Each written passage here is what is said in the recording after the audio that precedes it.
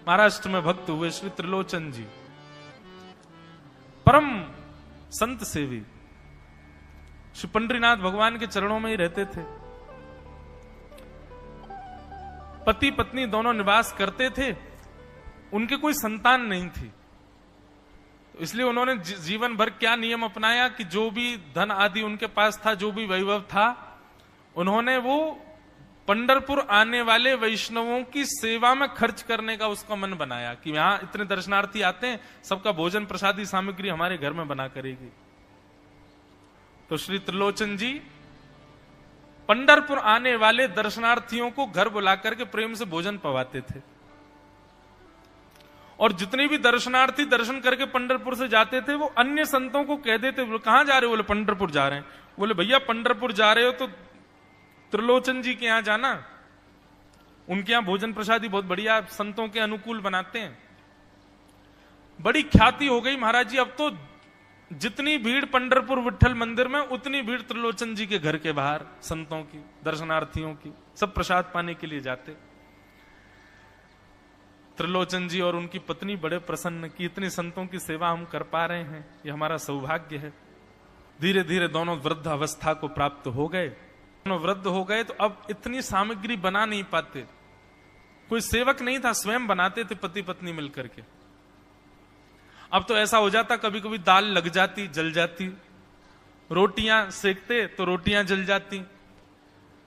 वृद्ध अवस्था, थक भी गए थे बहुत ज्यादा, तो प्रसाद पवाते तो थे, संत जन बेचारे प्रेम से स्वीकार तो करते, पर अब स्वाद नहीं होता था, तो बेचारे जैसा था उसको पाते, थोड़ा बहुत पा करके चले जाते। धीरे धीरे संतों का आगमन अब कम होने लगा। त्रिलोचन जी इस बात से बड़े परेशान हो गए, बोले भैया संत हमारे घर से आना बंद हो गए, हम क्या करें?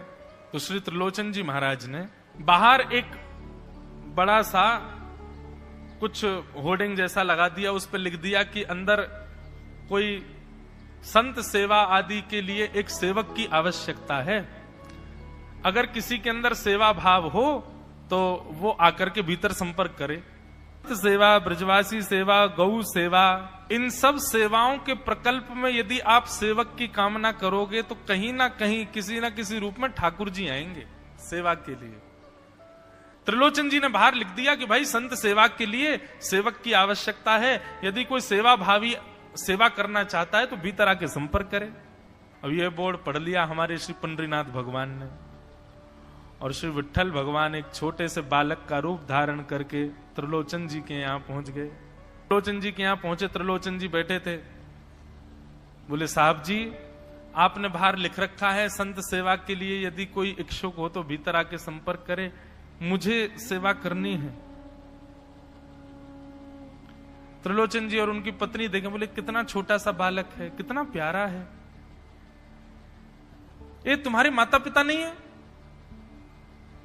बोले होंगे तो पता नहीं, मुझे तो पता नहीं, मैंने कभी देखा नहीं अपने माता पिता को, मैं अकेला ही हूं, ना मेरे कोई भाई है, ना कोई मेरे मित्र है, ना मेरे कोई बंधु है, ना मेरे माता पिता, मैं अकेला ही हूं। त्रिलोचन जी की पत्नी को तो इतनी दया सी आ गई, अरे राम राम, बेचारा अकेला बालक है।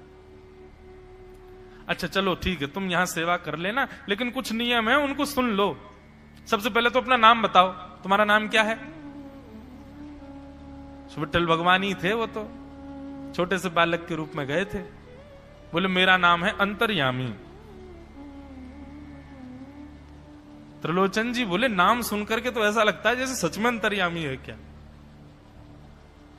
अच्छा बेटा अंतर्यामी, सेवा करोगे? बोले ये सेवा करना तो मेरा जन्म जन्मांतर का काम है, मैं यही तो करता हूं। संतों की सेवा करना, वैष्णवों की सेवा करना, भक्तों की रक्षा करना, ये मेरा जन्म सिद्ध अधिकार है, मैं इसी के लिए ही आता हूं। त्रिलोचन जी और उनकी पत्नी एक दूसरे का मुख देख करके बोले नेक सा बालक है, लेकिन बोलता कैसे है? ठाकुर जी तो सत्य बोल रहे थे। बोले अच्छा, सुबह एक सब्जी बनानी पड़ेगी, दाल बनानी पड़ेगी, और हमारे यहां लगभग 100-150 संत आते हैं, उनके हिसाब की रोटी बनानी पड़ेगी, और सब बेटा तुमको करना पड़ेगा, हम थोड़ा बहुत सहायता कर देंगे, हमसे ज्यादा बनता नहीं है, तुमको ही सब सिद्ध करना पड़ेगा। अंतर्यामी भगवान बोले बिल्कुल निश्चिंत रहो, हम खीर भी बनाएंगे, हम रबड़ी भी बनाएंगे, हम रायता भी बना दिया करेंगे। हम 2-4 सब्जी और बना दिया करेंगे। त्रिलोचन जी बोले नेक्स्ट सा बालक, सब जानते हो तुम? बोले हाँ, हमको सब आता है, दुनिया का कोई काम नहीं जो हमको नहीं आता हो। और सुनिए, झाड़ू पोंछा बर्तन भी कर देंगे हम। त्रिलोचन जी तो बड़े खुश हो गए, बहुत बढ़िया सेवक मिला यार, ये तो सब काम करता है। लेकिन भगवान बोले लेकिन अब हमारी शर्त सुनो। त्रिलोचन जी बोले तुम्हारी भी शर्त है? बोले हाँ। क्या शर्त है भैया? बोले हमारी पहली शर्त यह है कि हम दुनिया को बना के खिलाएंगे, लेकिन हमको आपको बना के खिलाना पड़ेगा। हम अपने हाथ का बना नहीं पाते, हम आपके हाथ का बना। और ये वास्तविकता है, ठाकुर जी पूरी दुनिया को पवाते हैं, लेकिन स्वयं भक्त के हाथ से बना ही पाते हैं। ठाकुर जी बोले हम सारे संतों को बना के पवाएंगे, लेकिन हम अपने हाथ का बना नहीं पाते, आपको हमारे लिए बनाना पड़ेगा। त्रिलोचन जी की पत्नी बोली छोटा सा बालक, इसका आधे हाथ का तो इसका पेट है, एक रोटी में झिक जाएगा ये, इसके लिए मैं बना दिया करूंगी। ठीक है लाला, तू बिल्कुल चिंता मत करो, तुम्हारे लिए भोजन हम बना दिया करेंगे। हमारी एक शर्त और सुन लीजिए। बोले क्या? हम कितना भी खाएं हमको टोकना नहीं कभी कि इतना क्यों खा रहे हो। त्रिलोचन जी बोले भैया हम क्यों टोकेंगे, तुम बढ़िया 2-3 रोटी खा लिया करना। बोले 2-3 रोटी तो हमारी दाढ़ में छुप जाती है कहीं पर, हम तो प्रेम से पाते हैं। बस आप लोग ये नियम याद रखना, आप कभी ये मत कहना कि इतना क्यों खा रहे हो। और सुनिए एक बात, अगर हमारे सामने कही तो अपराध बनेगा ही, आपका नियम टूटेगा ही। किसी और से जाकर के यदि आपने कह दिया कि बहुत खाता है, क्या बताएं, तो हम उसी दिन अंतर ध्यान हो जाएंगे, उसी दिन आपका घर छोड़ के चले जाएंगे, फिर दूरते रहना सेवक। त्रिलोचन जी बोले हम क्यों कहेंगे भैया, हम तो कभी नहीं कहेंगे, हम दोनों तुमको वचन देते हैं, तुम प्रेम से रहो, सबका सेवा करो, हम कभी नहीं कहेंगे कि इतना खाता है। भगवान बोले तो ठीक है, फिर कल से सेवा शुरू। अगले दिन महाराज त्रिलोचन जी और पत्नी उठे सवेरे ब्रह्म मुहूर्त में, देखा तो महाराज भीतर ही ठाकुर जी बढ़िया अपनी कमर कस करके, सिर पर ढांटा बांध करके, मुंह पर कपड़ा लगा करके और कढ़ाई में लिए चला रहे हैं, बना रहे हैं दाल। एक हाथ से दाल बना रहे हैं, फिर दौड़ के जाते हैं दूसरी कढ़ाई पे, वहां पर खीर बना रहे हैं, फिर कहीं जाते हैं वहां पूड़ी उछाल उछाल करके धर रहे हैं। त्रिलोचन जी और उनकी पत्नी देख रहे खड़े खड़े, अकेले ठाकुर जी सब बना रहे हैं, नेक्सा सा बालक। 8 बजे से संतों की जमात आनी प्रारंभ हो गई, सुबह के समय हो गया। महाराज अकेले ही पत्तल लेकर के दौड़ते हैं, सारे संतों को पत्तल बांटे आते हैं, फिर अकेले ही सामग्री लेकर के जाते हैं और लेकर के सबको बांटते हैं। त्रिलोचन जी कोई सामग्री लेके जाए तो ठाकुर जी बीच में ही आ जाते हैं, बाबूजी आप जाके बैठो, मैं बांट रहा हूं ना, आप उठ के मत आओ, आप उठ के आओगे सब फैल जाएगा, मैं कर रहा हूं ना सब। अकेले ठाकुर जी, अकेले अंतर्यामी भगवान सब कर रहे थे। और त्रिलोचन जी और उनकी पत्नी बड़े प्रसन्न, जय हो विठोबा, तेने तो भैया ऐसा लगे साक्षात तुम ही आ गए हो, कितनी कृपा हो रही है, देखो कैसा सेवक मिला है। हमें भली संतान नहीं दी ठाकुर जी ने, लेकिन ऐसा सेवक दिया है जिससे परिपूर्ण आनंद हो गया है। संतों की भोजन प्रसादी हुई, महाराज खूब प्रेम से सब संतों को पवाया, संत भी सब वाहवाही करके गए, बोले वाह त्रिलोचन जी आपके यहां खूब बार पाया, लेकिन आज जैसा प्रसादी हमने कभी नहीं पाई। त्रिलोचन जी बड़े प्रसन्न।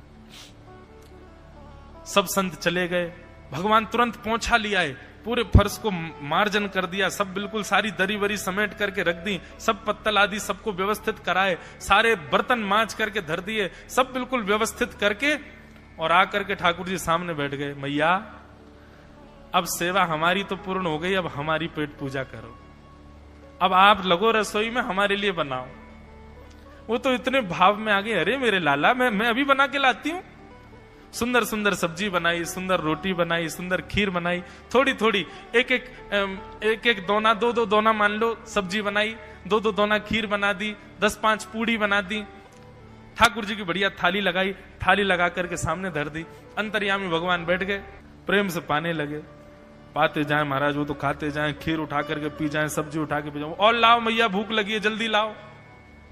10 की 10 पूड़ी एक बार में चट और लेकर के आई, बेचारी देती गई, 10 की पूड़ी और धरवा ली, फिर उनको भी पा गए।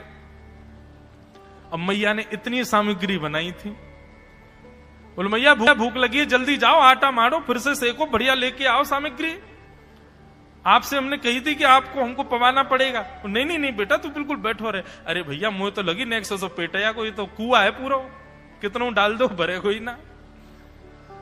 महाराज आटा मारते मारते शाम हो गई। शाम तक ठाकुर जी पाते ही रहे और खूब पेट भर के पाया। महाराज एक आसन पर अखंड 4 घंटा बैठ करके भोजन किया और भोजन करने के बाद ठाकुर जी बोले, ठीक है सेठ जी, अब आओ, लाओ तेल ले आओ, आपकी नक मालिश कर दूं, आपकी नक सेवा कर दूं, आप थक गए होंगे। त्रिलोचन में नहीं इसकी नहीं क्यों नहीं है, तेल लेकर के उनकी मालिश भी कर दें। इस प्रकार चले। त्रिलोचन जी की पत्नी बेचारी पहले दिन तो कुछ नहीं बोली, दूसरे दिन भी कुछ नहीं बोली, तीसरे दिन उसके मन में आया, बोले ये क्या कर लिया हमने। सुबह जितना भोजन बनना चाहिए उतना तो ये अकेला ही पाता है। सुबह संतों का ये बना देता, पर शाम को इसके लिए जितना बनता वो संतों के बराबर ही बैठता है पूरा। त्रिलोचन जी कहते नहीं तुमको याद नहीं, उसने कहा था कभी कहना नहीं है ऐसा। बोले हाँ नहीं मैं ध्यान रखूंगी, नहीं कहना है।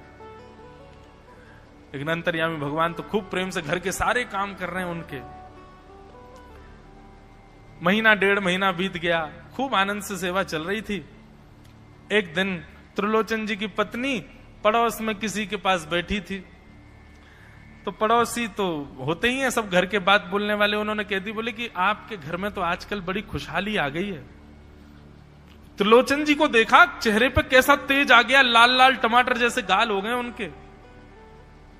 बोले अरे वो आया है ना अंतर्यामी सेवक हमारा, बहुत सेवा करता है, प्रसादी वगैरह सब वही बनाता है, फिर मालिश करता है उनकी, बढ़िया बढ़िया उनके लिए जूस निकालता है, बढ़िया उनको सब भोजन पानी पवाता है, इसलिए इस वजह से त्रिलोचन जी बढ़िया। वो त्रिलोचन जी तो बढ़िया हो गए, तुम सूख गई हो, तुम इतनी पतली दुबली क्यों हो गई, मेरा दुख कौन जाने।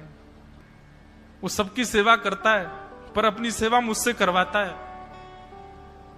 अरे छोटा सा तो है, ऐसे मटक मटक के जाता है, हम तो उसको देखने के लिए खड़े रहते बाहर, कैसे बढ़िया लगता है। कई लोग तो देखने ही आते हैं उसको कि कैसे सब्जी परोस रहा है, कैसे पूड़ी परोस रहा है, कितना सुंदर लगता है। छोटा सा तो है, उसकी क्या सेवा करनी पड़ती है। अरे बहन तुम क्या जानो, 2, 4, 5, 10 किलो आटे की कब कब में रोटियां पूड़ियां खा जाता है चपेट करके, कुछ पता नहीं चलती, पेट है कुआ है समुद्र है क्या है पता नहीं चलता है। इतना खाता है इतना खाता है इतना खाता है, 4 घंटे की समाधि पर बैठता है एक साथ, थाली नहीं थाल लगाना पड़ता है उसके लिए, इतना खाता है। जैसे ही कहा इतना खाता है, ठाकुर जी अंतर ध्यान हो गए। शाम का समय, त्रिलोचन जी रोज शाम होते ही बैठते थे, थोड़ी देर कुछ चर्चा आदि करते थे भक्तों की।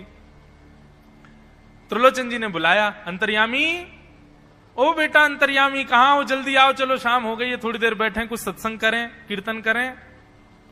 अंतर्यामी नहीं आए,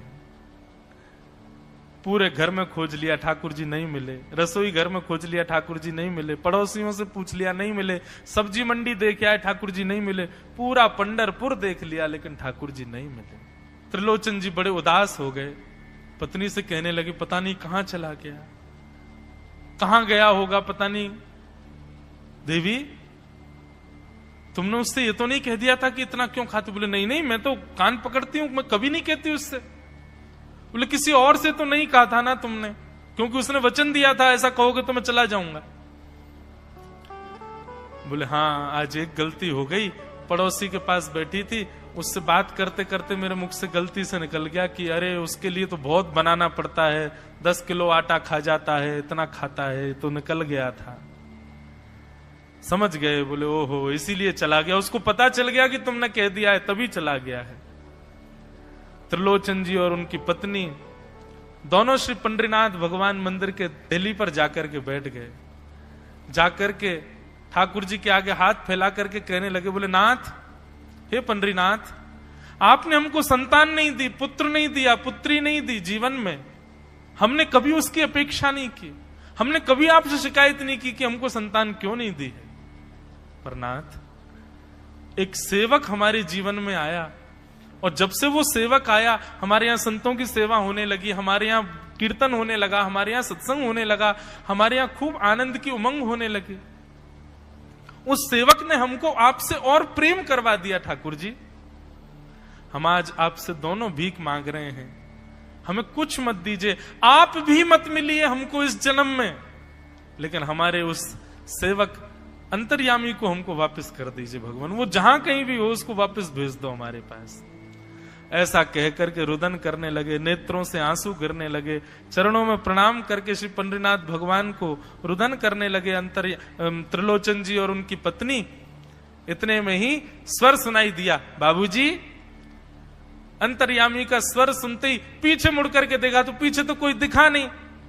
अरे इधर देखिए, पीछे कहां देख रहे हैं? वापस से पंडरीनाथ भगवान की ओर देखा तो श्री पंडरीनाथ भगवान की जगह ही अंतर्यामी बालक खड़ा हुआ है, सामने खड़े होकर के उनको आशीष दे रहा है। त्रिलोचन जी तो भाव विह्वल हो गए, बोले कैसी कृपा नाथ आपकी। बोले आप ही थे क्या? बोले तो इतनी अच्छी संत सेवा, इतनी अच्छी खीर, इतनी अच्छी पूड़ी, इतनी अच्छी सब्जी, और आपकी जो सेवा और इतने अच्छे अच्छे सत्संग कीर्तन, ये मेरे अलावा कौन कर सकता है? संतों की सेवा तो मैं ही करता हूं ना।